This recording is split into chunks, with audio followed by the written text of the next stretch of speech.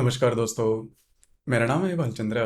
ब्रह्मांड सिद्धाश्रम में आप सभी का स्वागत है।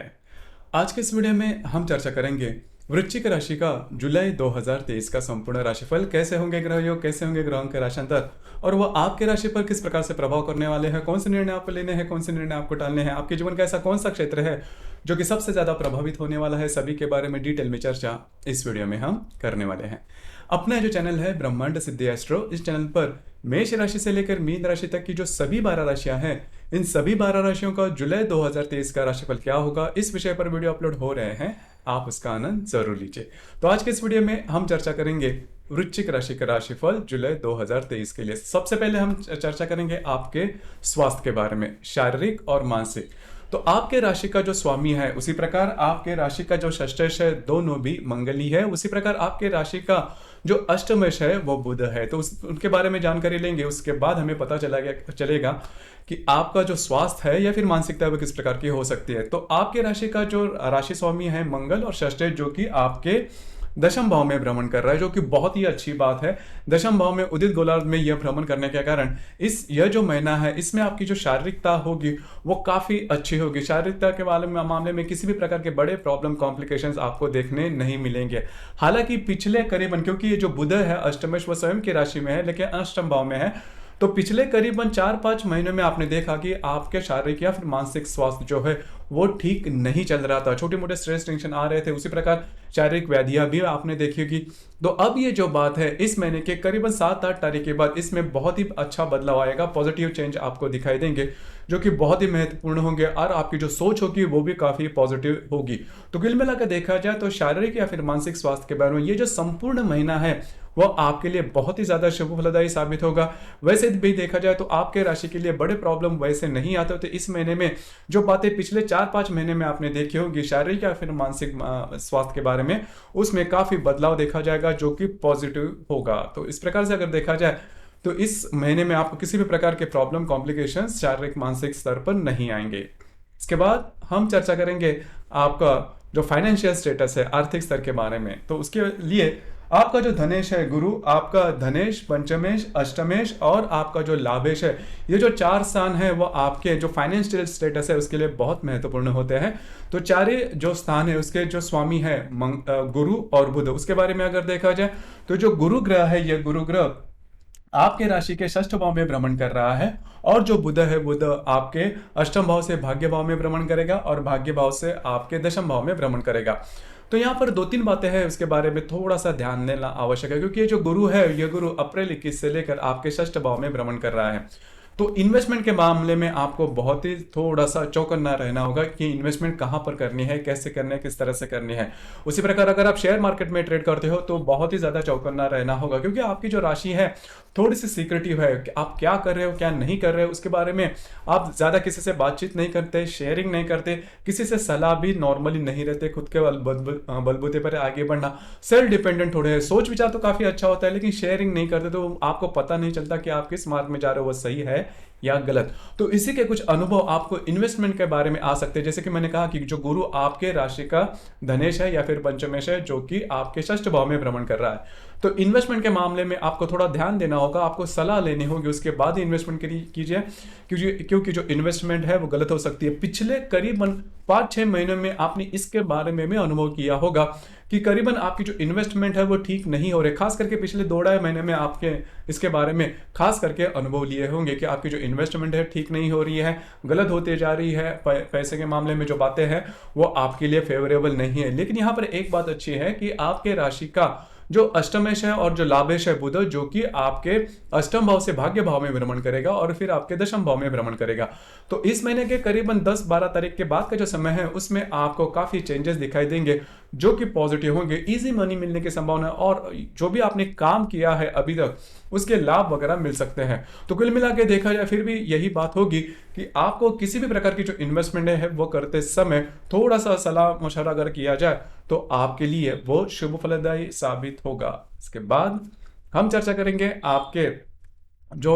आपका जो फैमिली का सुख है उसके बारे में। तो पारिवारिक सुख के मामले में अगर देखा जाए तो आपके राशि का जो चतुर्थेश है शनि, जो कि स्वयं की राशि में है लेकिन वह वक्री है।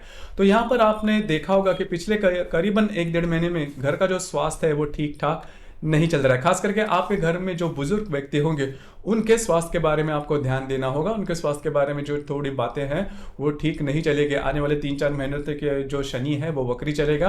तो इस लिहाज से देखा जाए तो घर के जो लोग हैं, खास करके जो बुजुर्ग लोग हैं, उनके स्वास्थ्य के बारे में आपको थोड़ा ध्यान देना होगा।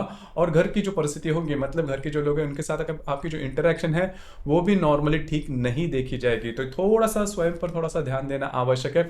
किसी भी प्रकार के महत्वपूर्ण निर्णय वास्तु के मामले में या फिर घर का जो सुख या फिर घर के जो प्रॉब्लम इसके बारे में बड़े निर्णय इस दरमियान नहीं लेना, क्योंकि आपके जो निर्णय है वो चूक सकते हैं। क्योंकि जो गुरु है, जो कि आपके राशि के लिए सबसे महत्वपूर्ण ग्रह माना जाता है, वो भी आपके षष्ठ भाव में है। तो थोड़ा सा आपको स्वयं पर कंट्रोल करना आवश्यक होगा। इसके बाद हम चर्चा करेंगे रिलेशनशिप के बारे में। जैसे कि आपके राशि का जो पंचमेश है गुरु, जो कि आपके षष्ठ भाव में भ्रमण कर रहा है, तो अगर आप किसी के रिलेशनशिप में हैं तो वहां पर भी जो बातें हैं वो ठीक नहीं चलेगी। छोटी मोटी बातों को लेकर तकरार होना, छोटी मोटी बातों को लेकर प्रॉब्लम कॉम्प्लिकेशन होना, इस प्रकार की जो बातें हैं वो हो सकती है। उसी प्रकार अगर आप शेयर मार्केट में ट्रेड करते हो, जैसे मैंने शुरुआत में कहा, तो थोड़ा सा सोच विचार कीजिए। बड़े ट्रेड अगर आप लेते हो या फिर रिस्क लेकर शॉर्ट टर्म में अगर आप कोई ट्रेड लेते हो तो आपके लिए वो जो बातें हैं वो ठीक नहीं चलेगी। बस आपको इसके ऊपर थोड़ा सा ध्यान देना होगा। जो गर्भवती महिला है, मतलब वृश्चिक राशि की जो गर्भवती महिला है, उन्होंने भी यह जो मतलब कालावधि है उसमें थोड़ा सा ध्यान देना आवश्यक है। हालांकि स्वास्थ्य के बारे में अभी कोई बड़ी दिक्कतें नहीं आएगी, लेकिन फिर भी थोड़ा सा चौकन्ना रहना आवश्यक होगा। जो विद्यार्थी वर्ग है उन्होंने भी इस मामले में थोड़ा ध्यान देना होगा। अब हम चर्चा करेंगे आपका जो वैवाहिक सुख है उसके बारे में। विवाह सुख के मामले में अगर देखा जाए तो आपका जो सप्तमेश है शुक्र और आपका जो व्ययश है वो भी शुक्र है। तो विवाह सुख के लिए ये जो शुक्र है वो आपके राशि के लिए काफी ज्यादा मायने रखता है। यह जो शुक्र है, ये शुक्र आपके भाग्य भाव में भ्रमण कर रहा है और दिनांक 7 तारीख के बाद यह आपके दशम भाव में भ्रमण करेगा। तो पिछले करीबन 1 आध महीने से आपने देखा होगा कि आप में और आपके जो वैवाहिक जोड़ीदार है उनमें जो बातें हैं वो काफी ज्यादा नॉर्मल हो चुकी है। पिछले करीबन 6-7 महीनों में आपने देखा था कि प्रॉब्लम कॉम्प्लिकेशन काफी बढ़ गए थे, लेकिन पिछले करीबन 1-1.5 महीने से जो बातें हैं वो काफी ज्यादा नॉर्मलाइज हुई थी। आप दोनों में जो हार्मनी है वो भी काफी अच्छी देखी गई थी। हालांकि आप दोनों कहीं बाहर घूमना फिरना, मतलब आप दोनों में का जो इंटरेक्शन था वो भी काफी अच्छा देखा गया था। अब ये जो शुक्र है, ये शुक्र आपके दशम भाव में सिंह राशि में भ्रमण करेगा। अब यहां पर करीबन 22 तारीख के बाद ये जो शुक्र है वो वक्री होने जा रहा है। तो आपके जो वैवाहिक जोड़ीदार है उनमें और आप में फिर से कोई ना कोई प्रॉब्लम हो जाएगी या फिर उनके स्वास्थ्य के बारे में समस्याएं हैं वो सामने आ सकती है। बस आपको उसी के ऊपर थोड़ा सा ध्यान देना होगा। तो विवाह सुख के मामले में करीबन 20-22 तारीख के बाद का जो समय है वो आपके लिए थोड़ा सा स्ट्रेस वाला हो सकता है। ज्यादा स्ट्रेस नहीं, लेकिन टेंशन में थोड़ी छोटी मोटी बातें हो सकती है। बस आपको उसी के ऊपर थोड़ा सा ध्यान देना आवश्यक है। हालांकि आपका जो विवाह सुख है उसमें कोई बड़ी प्रॉब्लम नहीं आएगी, लेकिन आपके जो वैवाहिक जोड़ीदार है उनके स्वास्थ्य के बारे में थोड़ा ध्यान देना आवश्यक होगा। इसके बाद हम चर्चा करेंगे आपके करियर के मामले में। करियर के मामले में अगर देखा जाए तो आपका जो दशमेश है या फिर कर्मेश है रवि, जो कि आपके अष्टम भाव में भ्रमण कर रहा है, दिनांक 17 तारीख के बाद ये आपके भाग्य भाव में भ्रमण करेगा। तो जो भी आपका करियर है उससे रिलेटेड किसी भी प्रकार के प्रॉब्लम कॉम्प्लिकेशंस आपको देखने नहीं मिलेंगे। हालांकि करीबन 15-16 तारीख के बाद का जो समय है उसमें आप जो भी काम कर रहे हो उसमें आपकी अप्रिसिएशन हो सकती है, कुछ अच्छी बातें हो सकती है। उसी प्रकार आपके दशम भाव में मंगल, शुक्र और बुध का भी भ्रमण है। खास करके जो मंगल ग्रह है जो कि आपके राशि का स्वामी है, उदित गोलार्ध में दशम भाव में आपके भ्रमण करेगा। तो वो काफी महत्वपूर्ण होगा। आपके काम की एप्रिसिएशन होगी, नई नई अपॉर्चुनिटी आपको मिलेगी और खुद के बलबूते पर आप आगे बढ़ोगे, जो कि आपके राशि का महत्वपूर्ण गुण भी है। तो एक तरह से देखा जाए तो जो भी आपका कार्य क्षेत्र है उससे रिलेटेड आपको किसी भी प्रकार के बड़े स्ट्रेस, टेंशन, कॉम्प्लिकेशन देखने नहीं मिलेंगे, जो कि बहुत ही अच्छी बात होगी। तो कुल मिला के देखा जाए तो इस संपूर्ण महीने में आपको स्वास्थ्य के बारे में कोई बड़ी परेशानी नहीं आएगी, लेकिन आपको जो स्पेंडिंग है, आपके जो खर्चे हैं उसके ऊपर थोड़ा सा आपको ध्यान देना होगा। उसी प्रकार अगर आप किसी के रिलेशनशिप में तो वहां पर जो बातें हैं थोड़ी सी अलग से हो सकती है। बस आपको इसी के ऊपर थोड़ा सा ध्यान देना आवश्यक है। अब हम चर्चा करेंगे ग्रह योगों के बारे में। ग्रह योगों के बारे में अगर देखा जाए तो दिनांक 1 तारीख को रवि और बुध की युति होने जा रही है आपके अष्टम भाव में, और यहीं पे रवि और गुरु का लाभ योग भी होने जा रहा है दिनांक 1 तारीख को। देखिए यहाँ पर थोड़ा सा आपको स्वयं के स्वास्थ्य के बारे में ध्यान देना होगा, लेकिन एक बात है, आपको इजी मनी मिलने की संभावना बहुत ही अच्छी बन रही है। मतलब ऐसे लाभ जिसके बारे में आपने सोचा नहीं था, या फिर कई दफा ऐसे भी होता है कि कई हम जो काम पहले करते हैं उसके बारे में एक्सपेक्टेशन नहीं करते, लेकिन जो लाभ है वो मिलता है। तो इसी प्रकार के कुछ लाभ आपको करीबन 1-2 तारीख के दरमियान मिल सकते हैं। उसी प्रकार दिनांक 2 तारीख को शुक्र और हर्षल का केंद्र योग होने जा रहा है। हर्षल जो कि आपके षष्ठ भाव में भ्रमण कर रहा है, जो शुक्र आपके भाग्य भाव में भ्रमण करेगा, दोनों का केंद्र योग होने जा रहा है। तो अगर आप विवाहित हो तो आपके जो वैवाहिक जोड़ीदार है उनके स्वास्थ्य के बारे में ध्यान देना आवश्यक, खास करके आप में और उनके छोटी मोटी बातों को लेकर तकरार हो सकते हैं। हालांकि जो बातें हैं वो 1-2 दिनों के लिए सीमित रहेगी, लेकिन थोड़ा सा खुद पर संयम रखना आवश्यक होगा। उसी प्रकार दिनांक 9 तारीख को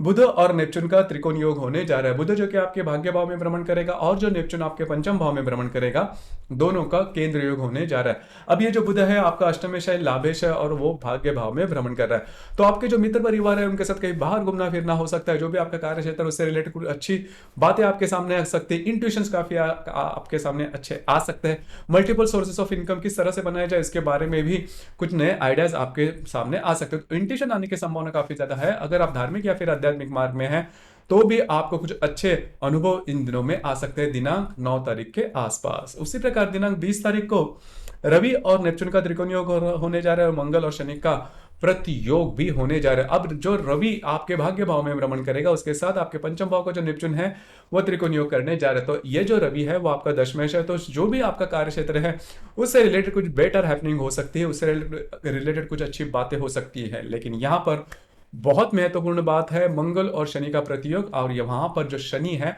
वो वक्री है। अब यह जो प्रतियोग है वो भी दिनांक 20 तारीख को होने जा रहा है। तो जहां पर आप काम करते हो, नौकरी करते हो या फिर व्यवसाय करते हो, वहां पर के जो सहकर्मी होंगे उनके साथ छोटी मोटी बातों को लेकर तकरार हो सकती है, और ये तकरार थोड़ी बढ़ भी सकती है। आपको स्वयं के स्वास्थ्य के बारे में भी ध्यान देना आवश्यक होगा। उसी प्रकार आपके घर के जो शुरुआत में मैंने कहा जो बड़े बुजुर्ग रहेंगे उनके स्वास्थ्य के बारे में ऐसी कोई समस्या सामने आ सकती है जो कि आपके लिए स्ट्रेस वाली हो सकती है। तो ये जो ग्रह योग है दिनांक 20 तारीख को है, इसका जो प्रभाव है वो 19, 20 और 21 तारीख को देखा जाएगा। तो इन चीजों पर आपको थोड़ा सा ध्यान देना आवश्यक होगा। उसी प्रकार दिनांक 23 तारीख को बुध और हर्षल का केंद्र योग होने जा रहा है। हर्षल जो कि आपके षष्ठ भाव में भ्रमण कर रहा है और जो बुध आपके भाग्य भाव में भ्रमण कर रहा है, दोनों का केंद्र योग होने जा रहा है। यहां पर अगर आप आउट ऑफ द वे जाके कोई काम कर रहे हो तो उसके बारे में प्रॉब्लम आपको आ सकता है, आपके इमेज को धक्का वगैरह लग सकता है। उसी प्रकार आपके जो मित्र परिवार है उसमें जो मित्र आपके उम्र से थोड़े छोटे हैं उनके साथ भी छोटी मोटी बातों को लेकर तकरार हो सकती है। हालांकि इसका बहुत बड़ा प्रभाव आपके फ्रेंडशिप पर नहीं होगा, लेकिन फिर भी आपको इसके ऊपर थोड़ा सा ध्यान देना आवश्यक है। उसी प्रकार दिनांक 27 तारीख को बुध और शुक्र की युति होने जा रही है आपके दशम भाव में।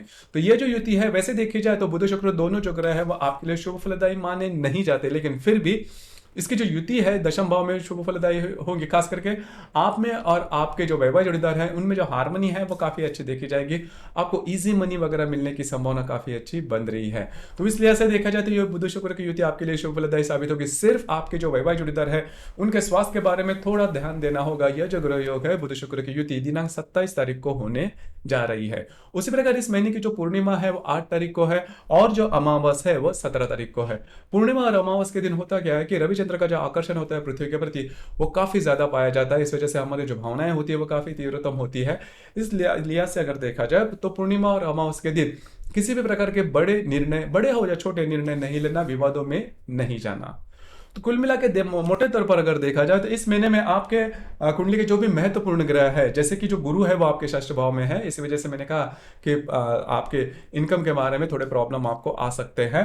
और जो मंगल है आपके दशम भाव में है, तो जो भी आपका कार्य क्षेत्र है उससे रिलेटेड कुछ अच्छी बातें हो सकती है। और आपके राशि का जो दशमेश है कर्मेश रवि जो कि आपके भाग्य भाव में भ्रमण करेगा। तो इस लिहाज से अगर देखा जाए तो आपको मोटे तौर पर आपका जो भी कार्य क्षेत्र है उससे रिलेटेड कोई प्रॉब्लम कॉम्प्लिकेशन देखने नहीं मिलेंगे। सिर्फ आपके जो वैवाहिक जोड़ीदार उनके स्वास्थ्य के बारे में थोड़ा ध्यान देना होगा। वो जो बात है 22-23 तारीख के बाद आप अनुभव कर सकते हो। तो दोस्तों ये था वृश्चिक राशि का जुलाई 2023 का संपूर्ण राशिफल। आपको राशिफल कैसे लगा, आपने किस प्रकार से अनुभव किया, नीचे कमेंट बॉक्स में जरूर कमेंट करना। और अपना जो चैनल है ब्रह्मांड सिद्धि एस्ट्रो, इसे भी लाइक शेयर और सब्सक्राइब जरूर करना। धन्यवाद।